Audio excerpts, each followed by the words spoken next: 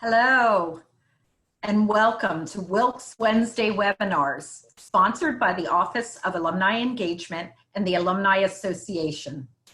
I'm Margaret Steele, Chief Development Officer at Wilkes University, and it's my pleasure to lead a team of folks dedicated to strengthening the university by gathering donations and by cultivating relationships. It's been a pleasure to bring topics of interest to our alumni through this webinar series. But all good things come to an end, and the series is preparing for a bit of a hiatus. After today, we only have 2 remaining seminars.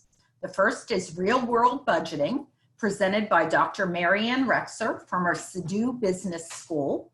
It's targeted for our younger alumni, but if that's not you and you're part of an earlier decade, join us anyway. Maybe you can pick up some tips for younger members of your family or your friends, or better yet, ask them to participate with you. Our culminating seminar is an interview with George Polish, class of '69, and a member of the Wilkes University Board of Trustees. He just completed a book detailing a historic period in Wilkes's history and its permanent effect on our institution, the winning streak of former football coach Rollie Schmidt. If you didn't know, our football stadium at the Ralston Athletic Complex is named in memory of Coach Schmidt. But today, we're focused on resilience. And speaking of resilience, Wilkes University remains your comeback institution, resilient in the face of World War II, resilient in the aftermath of the '72 flood, and resilient in 2020 as we face the challenges of COVID-19. This semester will be consolidated without breaks, and we are proud to announce that our students are returning on August 24th. They will stay the entire semester without those breaks, and they'll return home over Thanksgiving. We have high hopes for our students' success, and we remain committed to providing solutions. Perhaps you will consider supporting our students' return by giving to one of our student-focused funds, including the First Generation Scholarship Fund, the General Scholarship Fund, or our Wilkes Fund, which is an unrestricted fund, and some of those dollars support the emergency requests made by our students who are in crisis because of COVID-19. But now let's get to the webinar. I'd like to introduce Mary Simmons, who is our Associate Director of Alumni Relations, and she will facilitate our webinar today. In addition to holding responsibilities for our alumni engagement, Mary's leading an effort to build a volunteer class agent program to support engagement and continued commitment to our Wilkes University. Why don't you give her a call? Join the class agent program. It's going to be a blast. Mary, let's get started. Hi, as Margaret mentioned, I will be facilitating the webinar today, and I just have a few notes before we begin. All participants are in watch mode, but we still have the capability to be interactive. And in fact, we encourage participation. So please use the chat box to drop your name, class year, maybe even where you're from, so we can see who is here today. Just remember to change your settings to all panelists and attendees. Additionally, if you have a question at any time for our presenter, please use the Q&A button at the bottom of your screen. I will moderate those as they come in. And now I would like to introduce our presenter today.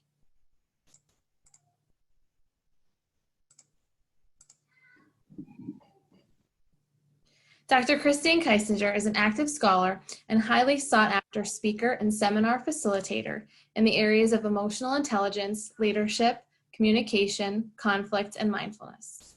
Some of Christine's current and recent clients include Johns Hopkins Medicine, FNCB Bank, Head Start, Mid-Atlantic Youth Services, and Leadership Wilkes-Barre.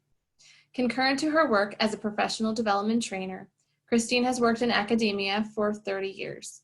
She has held positions at the University of Virginia, the University of South Florida, Southwestern University, and the George Washington University. More recently, she has held positions in the Purdue School of Business and the Department of Communication Studies right here at Wilkes. Christine is founder of CEK Communication, a consulting firm that offers executive, team, and individual trainings on a vast array of topics related to exceptional communication, innovative leadership, and the role that mindfulness plays in enhancing professional and personal growth and well-being.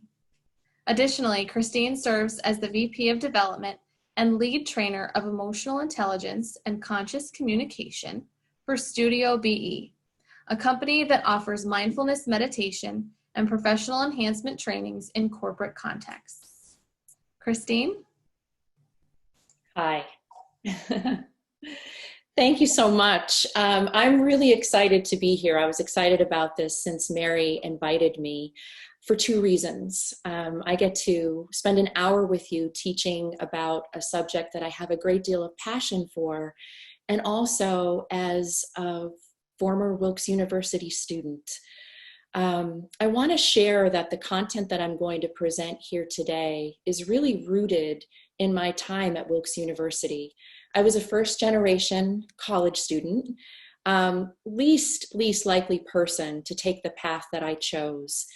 But it was really the mentorship and the guidance that I received while I was at Wilkes that really inspired me to take steps forward. In fact, I have to give a shout out to Dr. Jane Elms-Crahall. I was one of her first students when she arrived to Wilkes University. Jane recently retired, and Jane introduced me to interpersonal communication, and I couldn't believe that it was possible to study the role that communication plays in cultivating and sustaining our closest relationships, and I fell in love with the subject matter. And it was also Jane Elms who said to me, and I'll never forget this, in her office in Capon Hall, as I was getting close to finishing up my senior year at Wilkes, she said to me, "Christine, you have what it takes to go to graduate school." That was not even on my radar as a possibility. And I share that with you because it is an example of what I call the power of a single conversation. You never know the impact that you can have on the life path of someone you're talking with in just a moment. She planted the seed. It was how she saw me as someone who was worthy and capable of a graduate level degree, and onward I went. So that said, let's get to the heart of the matter. And today's topic is how we cultivate relational resiliency. And I begin with this slide. We've all seen this happen before. We've all seen indicators of life coming up and through the cracks of what appears to be a nearly impossible situation. The kind of resiliency that it takes for something to bloom, to flourish, to thrive in a situation like what's here on the screen says something about living things and says something about the possibility that exists for all of us in terms of not only ourselves, we are that resilient. We can flourish. We have the will to thrive. We can express as something beautiful in even the most difficult situations. But it doesn't stop with us as individuals. We can do this in the context of our close relationships.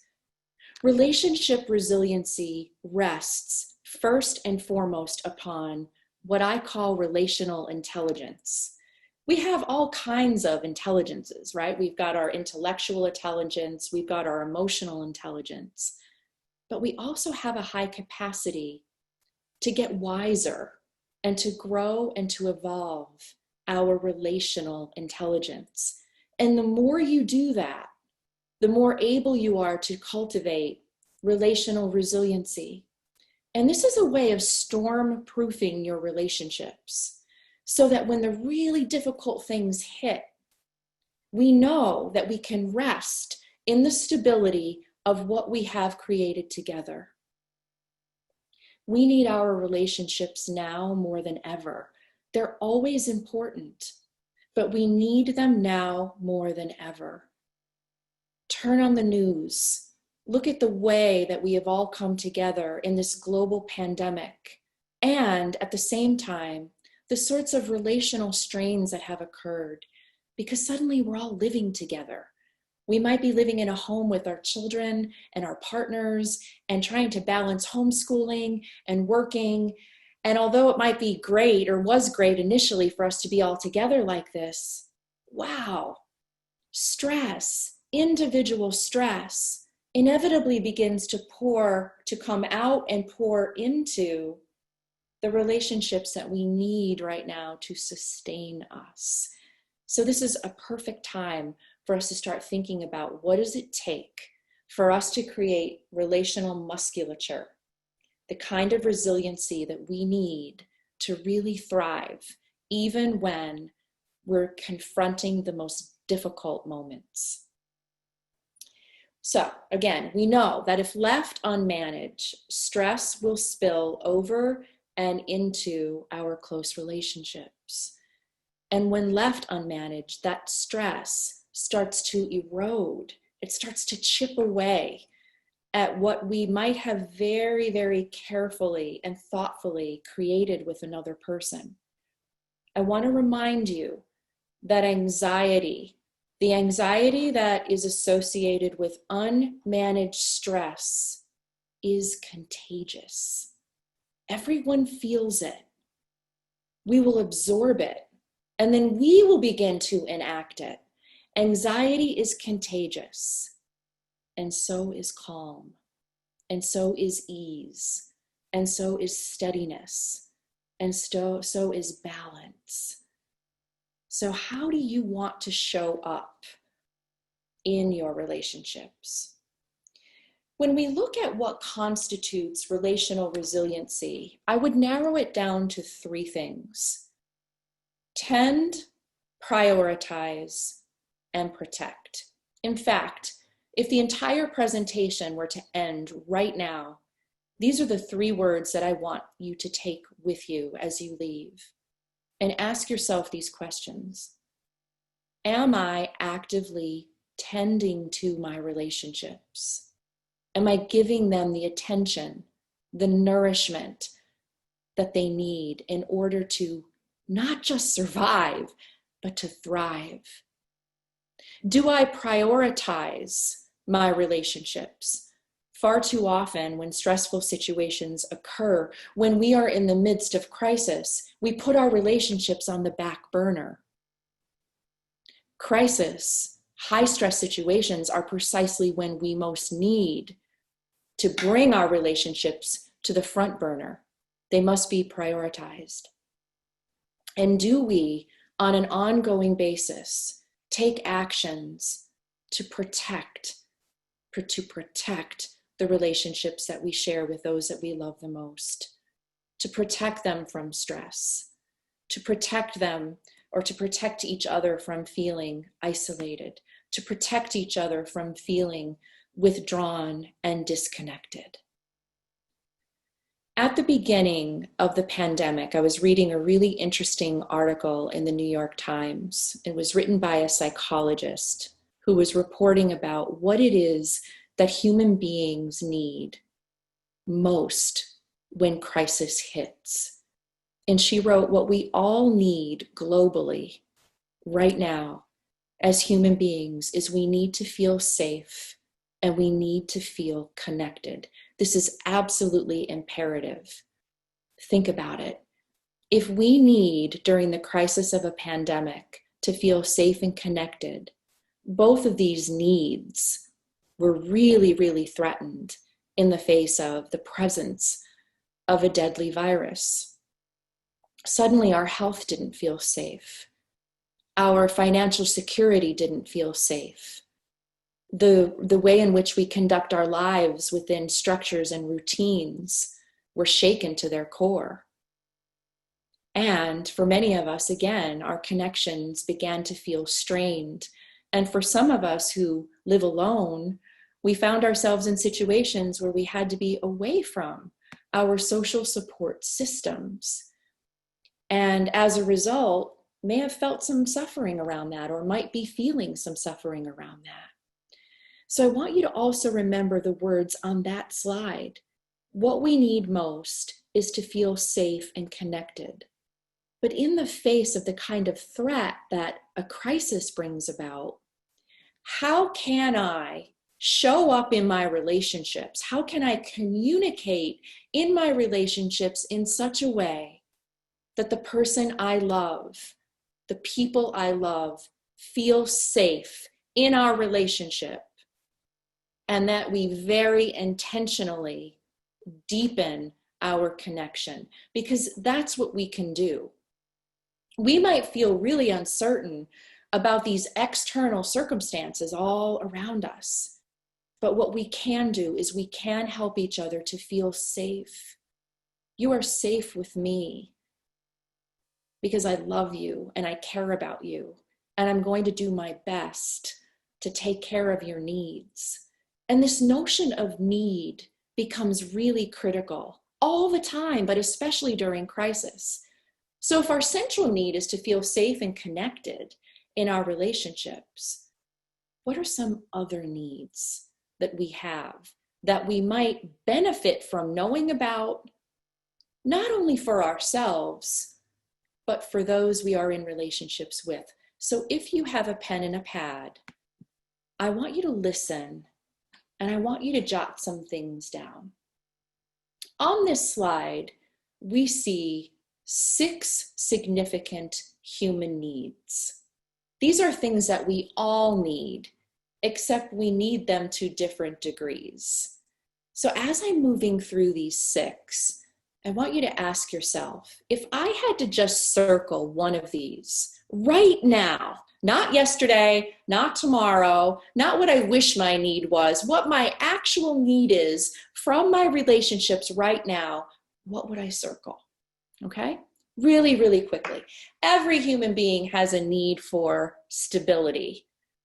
We want to know what's going to happen. We want to know where we stand with each other. We want the stability of routine, of ritual. We want stability so we have a sense of control of our circumstances. So stability's received a real shakeup over the course of the last 15 weeks or so. We all need stability, but we need it at different levels. We also need vitality. We need a sense of spontaneity, unpredictability. We need a sense of excitement to help us feel vital and alive. Again, some of us need that more than others, and some of us may have felt really limited in terms of being able to feed our need for vitality.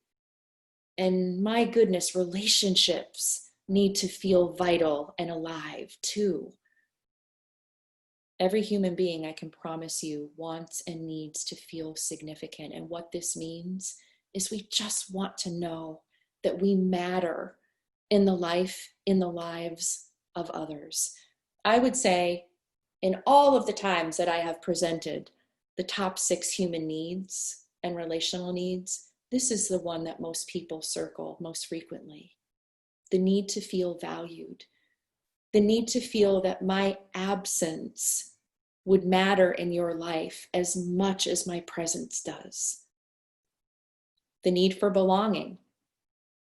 We like to know that we are connected to other people, other organizations, other communities. Belonging is central, and it's actually central to our survival. We all have the need for growth. Relationships have this need too. No one wants to live in a relationship that feels stagnant. A relationship that feels stagnant becomes a really toxic place. And so what are you doing together to grow? And then there is the human need for contribution. This is actually a higher order need, but many of you may have been feeling the lure and the pull of contribution over the course of the last 15 weeks. And that need is really about, how can I contribute? How can I give? How can we give to a world that is experiencing so much suffering. So of this list right now, what is your top need? And do you know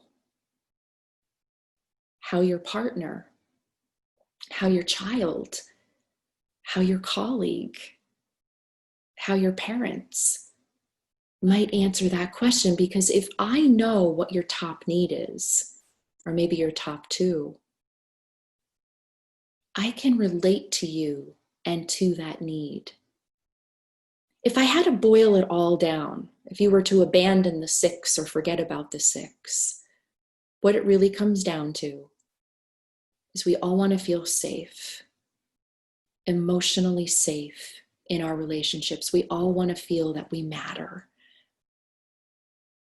that we are valued. And we all want to feel that the relationship that we share together is meaningful, that it's meaningful to the two of us, that it's meaningful to this family, that it's meaningful in this organization, and that in its deeper meaning, it's a gift, not only to us, but to the rest of the world. I like to think about two people who are beacons of light when they go out in the world and together express the nature of their relationship. And they become inspirations to everyone that they meet. I know you've all had the experience of being in the presence of two people and looking at what they share and experiencing what they share and feeling the energy of what they share and saying, wow, that makes me feel inspired and uplifted. And if you experience that kind of love, you have the responsibility to share it with the world. And that's really relationship in terms of their meaningful expression as meaningful contribution in the world. So I want to invite you to practice what I call invitational communication. Later today, I challenge you to spend a little bit of time with someone that you really love, someone you're very closely connected to be the change that you wish to see, and to ask them very authentically, what do you need? I even invite you to share the list with them. And how can I best meet that need? And listen very deeply. Listen to their shyness about it and really invite them to bring forth what it is that they need. Listen to them if they are even getting upset in answering the question because maybe they don't feel heard by you. Seek clarity if you don't understand. Ask them to explain, ask them to elaborate, and then take action. Put it on your radar. And my goodness, please, I invite you to share with your partner, with the people in your life that matter to you, to let them know what your needs are too. When my needs are met, and it's not a selfish thing, when my needs are met, I show up as a much better sister, as a much better partner, as a much better parent, as a much better daughter, as a much better colleague. But we've got to make those needs known, and we've got to create an environment where we invite our loved ones. And this is what it really means to practice conscious communication. Like, let's get very, very intentional here about our relationships. And part of how we do that is by cultivating what I call a relational mindset. You may not know it, but your relationship is built on values that you may or may not have intentionally laid down as the foundation. But you can start having that conversation. It doesn't matter how long you've been together as a couple, as a family, as colleagues. But what you do is you begin by asking the question, what matters to us most now, to us as a couple, to us as friends, to us as a family? What matters most to us now? And if I had to jot down 4 things that matter most to us, that could be the pillars upon which our relationship stands, what would those four things be? And I want to give you an example to sort of light your way. And I like to refer to these in my own life right now as my North Star. There are four things that are critically important to me in any relationship that I'm part of. They are openness, curiosity, a commitment to connection, and a commitment to growing together as partners, as friends, as a family. So I've got this image here to remind us of the North Star so that when we are really stuck in relational mire, when there's a lot of stress, when there's a lot of anxiety, overwhelm, and we really feel like we've lost our way, we can sort of look up into the sky and we can say, what is our North Star? What are those four qualities that we are so committed to protecting? That brings us back into our relational mindset. So these four things might sound great. I think everyone could get on board. Like, oh, I would love to maintain openness, curiosity, connection, and growth. But what do these things really mean? Okay. In any relationship, I am committed to staying open as opposed to being defended or defensive. This is a really, really valuable value for me. Because if I come in defended and defensive, I can expect the same from you. So as much as possible, I am committed to staying open. I am committed to curiosity versus the need to always be right. Even if we have a conflict, I'm really curious about whether or not I might change my mind. I mean, imagine going into a conversation with someone that you really love and you know, or you suspect there's a conflict here, and saying to yourself, you know what? I do have my point of view here, but I'm open to having my mind being changed. And I'm really curious about where this conversation might take us. I'm committed to connection, meaning no matter what, no matter how difficult it gets, I don't have to be the winner here. I don't have to have my point of view be the right point of view. That we can really traverse some difficult ground together, and we might really get uncomfortable in our conversation together. But I'm committed to our connection. Now, I want to share that there are situations where that connection has to be severed. Sometimes we have to leave relationships.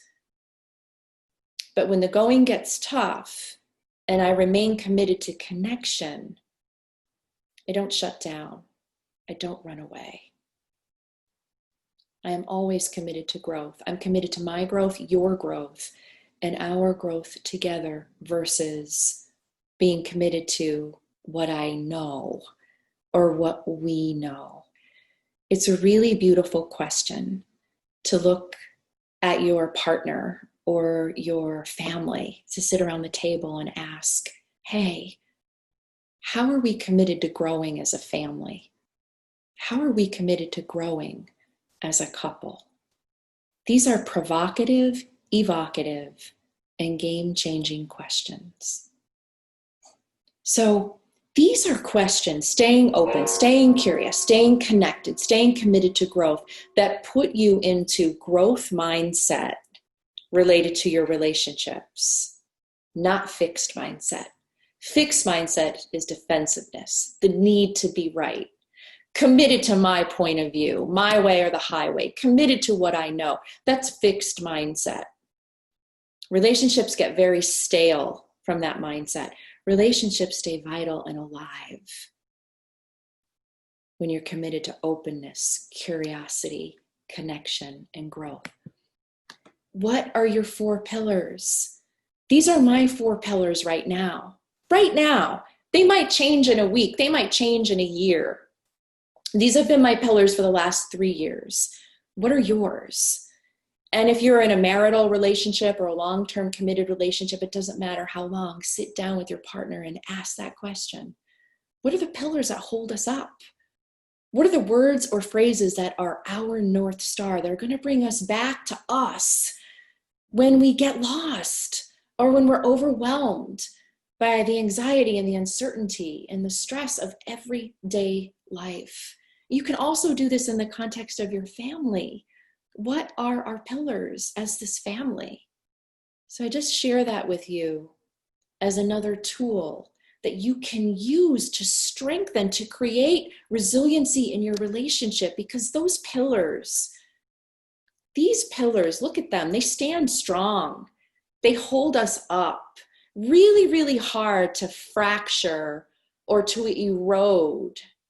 Something really, really big has to happen for the home of our relationship to come crashing down when it is supported by pillars like that. Another tool is to practice conscious communication. Again, I think everyone here on board would agree, yeah, it would be really, really helpful for us to be conscious and intentional about our communication, no doubt. But what does that mean?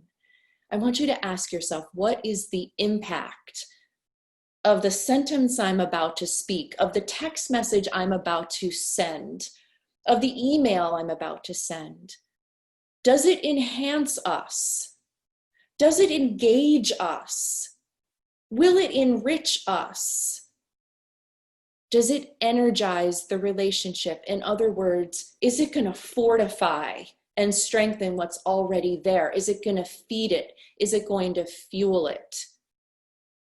So let these words be your guide before you speak, before you press send. Enhance, engage, enrich, energize, because I want my communication to fortify, to solidify, to make more resilient the special nature of what we share, to fuel it forward. So we're always moving forward. We're never standing still. We're never getting stuck. We're never engaging in relational dynamics that erode a relationship to the degree that they can cause a toxicity that will have the relationship suffer in ways that may lead to its death or its demise. And this is not the most cheerful slide, but this slide really depicts what John Gottman of the Gottman Institute defines as the four deadly horsemen of the relational apocalypse. These are four communication dynamics that, if left untended to, if you don't nip these in the bud over time, if they become part of the way, part of your pattern of communicating with each other, can lead to the apocalyptic explosion of your relationship and may cause it to perish. Not exactly the most cheerful message, but it's so important. So what are those four horsemen? The four horsemen should not be surprising to you, but I want you to think about them in this way. These come through not only in how we verbally communicate with each other, the words that we say, but how we think about each other, how we behave toward each other, and most certainly in our nonverbal communication. And they are criticism, defensiveness, contempt, and what is called stonewalling. Criticism is where it usually starts. It's sort of the arrival of the first horseman. And criticism is that nitpicking.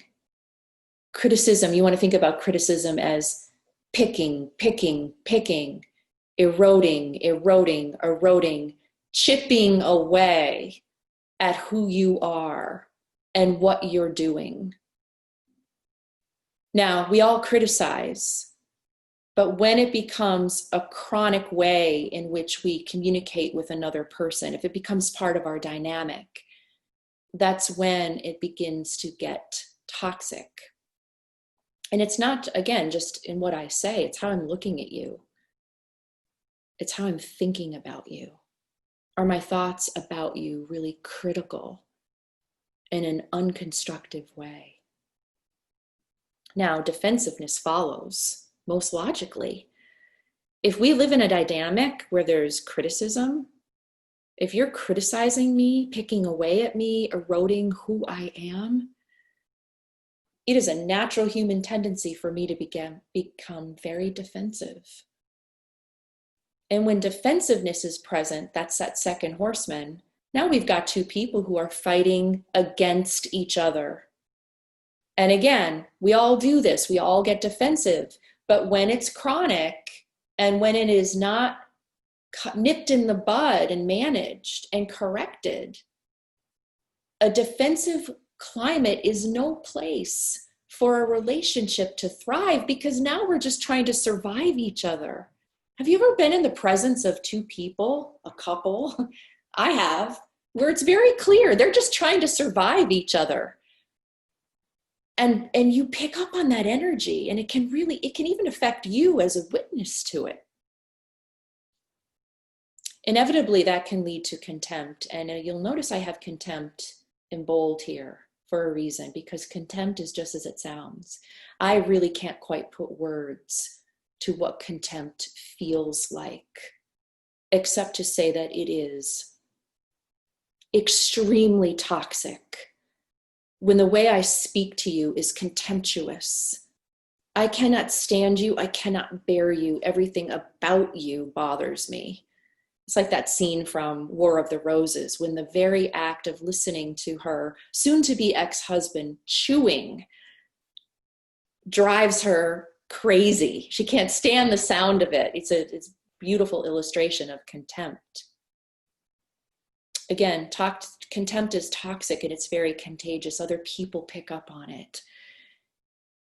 In a family situation where there is contempt between mom and dad, children will marinate in that energy, and it will significantly impact their own relational growth and well-being. So we've got to be very careful about contempt settling in.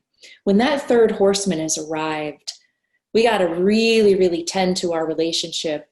And I always recommend this might be a time for some intervention by a third party. And my friends, none of us can live in criticism, defensiveness, and contempt for very long before we start to stonewall. And stonewall is when we shut down. Stonewall is when we're in the relationship, but we are not present. We've got a wall around our heart. Stonewall are those two people that you observe out at a restaurant that are having a meal together and aren't looking at each other. They're not speaking to each other. They're living what I call quiet lives of desperation. So these are four dynamics. We all engage in them, but the question is, if they become chronic and they become part of our overall dynamic, we're in trouble.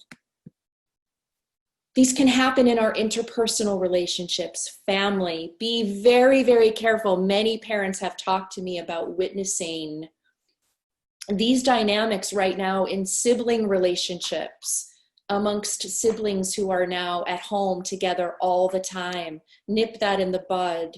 This can happen in friend circles. This can happen in teams and groups, in organizational relationships.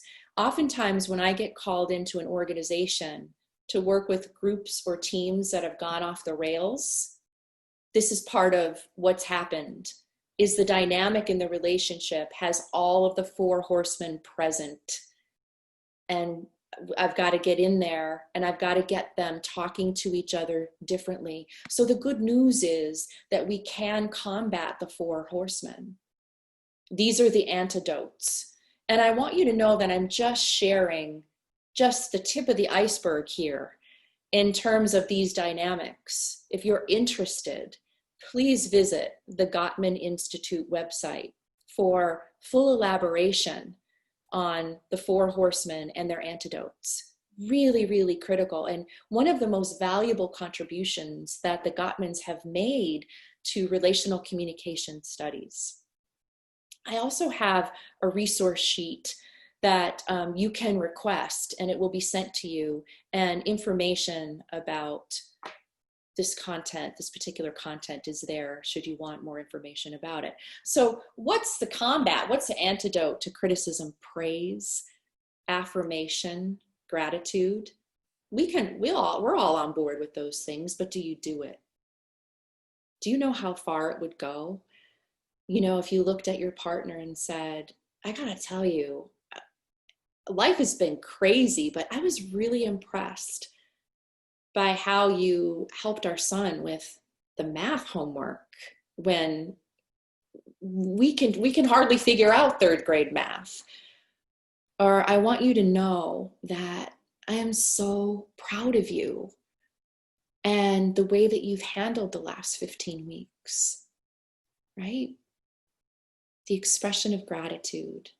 I see you, I hear you, I want to affirm, I value you. Feed that need for significance. What's the antidote to defensiveness?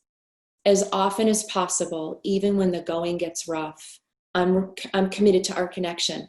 I'm committed to our connection.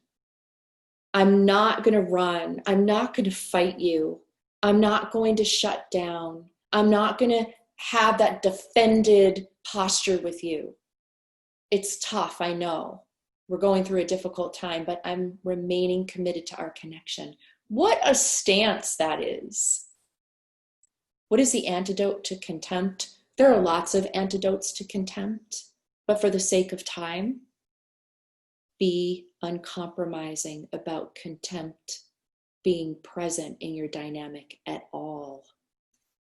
When you hear or you witness the tone of contempt in yourself, in your partner, in your family, call it out.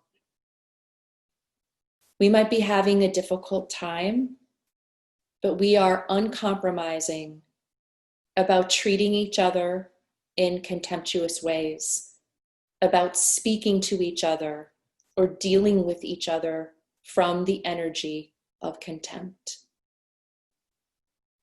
Stonewalling, lots of antidotes.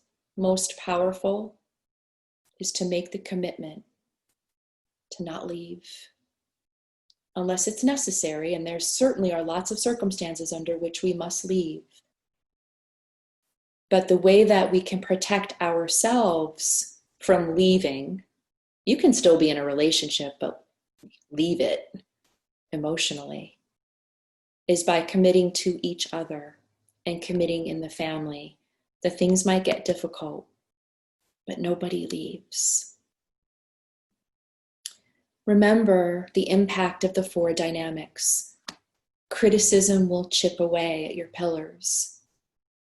Defensiveness will close things down and will create or begin to create a drifting between two people or family members. Contempt is like a cancer that lives in a relationship. It causes very, very severe damage if it is not remedied. And by the time we get to stonewalling, you can expect that the relationship is going to feel like it's flatlined. What's the impact of the antidotes? Well, praise and affirmation, they elevate. Remaining open, it really, really expands each of us, and it expands the possibility for our relationships. Being uncompromising about contempt, wow, that is a way that you protect your relationship. Our relationships need to be protected from contempt. And committing to stay connected, no matter how difficult, helps to keep your relationship alive. And so prime yourself. I've already introduced some content in this very, very brief period of time. I could teach on just one of these slides for an entire day. So there's a lot here, but take some of this away with you. Allow some of this to cultivate a waking up, an awareness that reminds you that we can cultivate relational resiliency by tending to our relationships, by prioritizing them, and by protecting them. Make a decision that I'm going to take responsibility for my relationships, and I'm going to be accountable for them. And if we can do that together, it's even better. If I want to care for something that's living, whether it's a plant, an animal, or another human being, it is imperative that I take responsibility, and it is imperative that I am accountable. So why is that any different when we are taking care of something that is living and breathing too? And that is your relationship. What are your 4 pillars? What's going to be your North Star? What matters most to both of you now? Make that list. Make it on your own. And then make it together and see what you can come up with.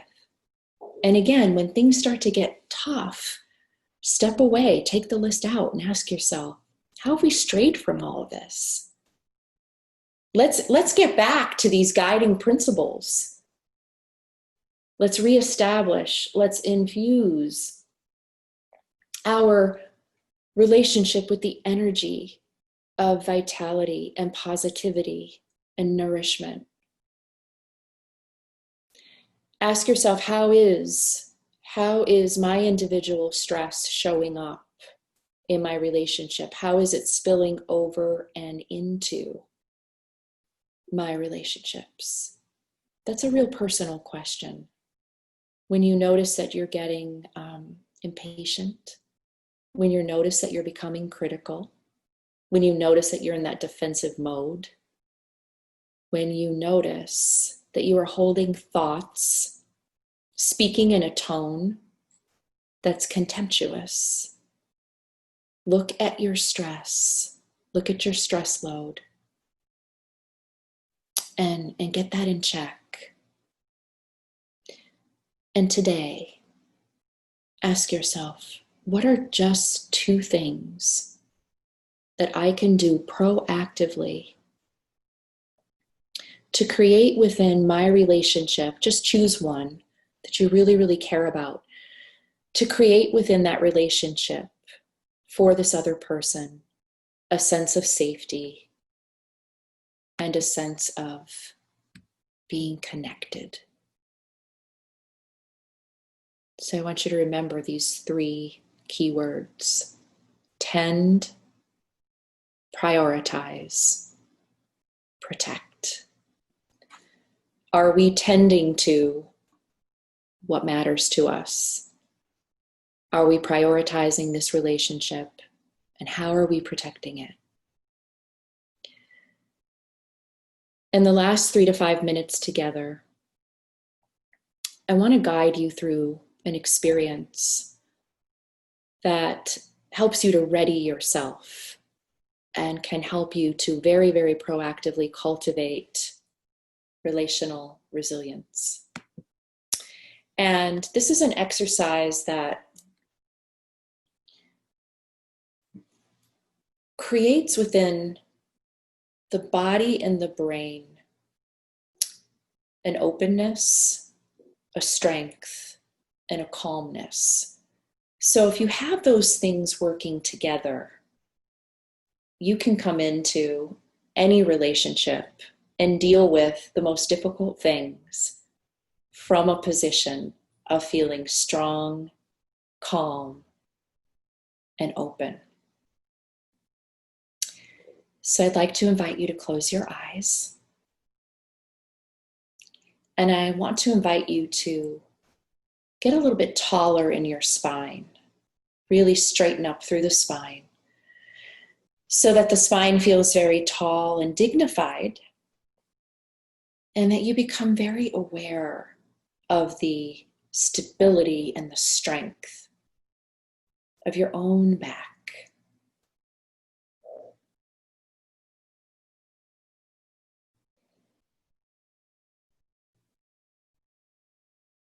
And I want you to touch base with the sensation of your feet resting against the floor. And maybe noticing the heaviness and the weight of your feet and the degree to which your feet, your own feet, keep you really grounded and strong.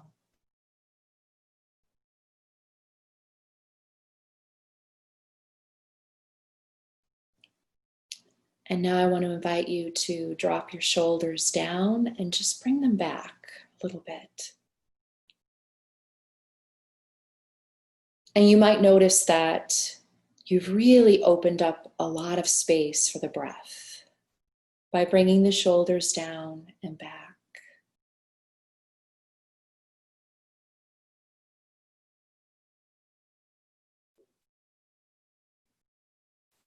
And so we have centered through our spines. We have grounded through our own feet. And we've expanded through the chest, in the heart.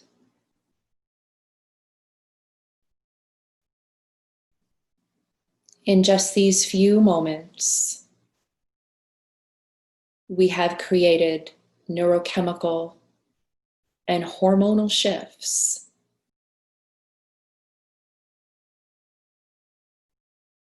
that allow us to feel calm, strong, and open. Now think about coming into any relational difficulty, feeling calm, strong, and open.